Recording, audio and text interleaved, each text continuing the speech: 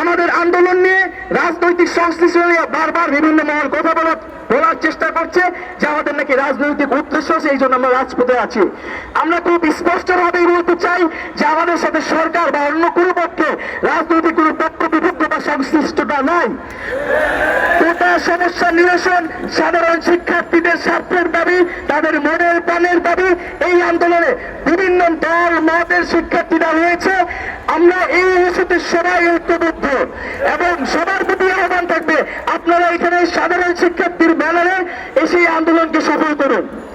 এবং সরকারের প্রতি আহ্বান থাকবে শিক্ষার্থীদের যে কোনো আন্দোলনের ভিতরে বিরোধী দলের ভোট দেখার যে মানসিক রোগ হয়েছে তা যদি তারা দ্রুতই সারিয়ে নেয়। বন্ধ করা যাবে না। এখনো সময় আছে, কোন ধরনের টাল বাহানা করে সুস্পষ্ট বক্তব্য এবং দৃশ্যমান পদক্ষেপ নিতে হবে। এই আন্দোলনের প্রথম থেকে সরকার এবং দায়িত্বশীল গুরুত্বপূর্ণ ব্যক্তিবর্গ আদালতকে সামনে রেখে টাল বাহানা করছে, আমাদের আন্দোলনের ন্যায্যতা নিয়ে প্রশ্ন তুলছে।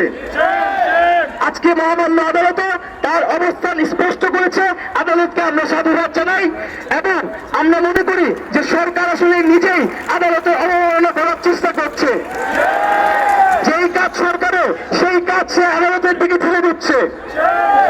তো আমরা বলবো এখনো সময় আছে, কোন ধরনের টাল বাহানা করে সুস্পষ্ট বক্তব্য এবং দৃশ্যমান পদক্ষেপ নিতে হবে। জরুরি অধিবেশন থেকে সংসদে কোটার আইন পাশ করতে হবে।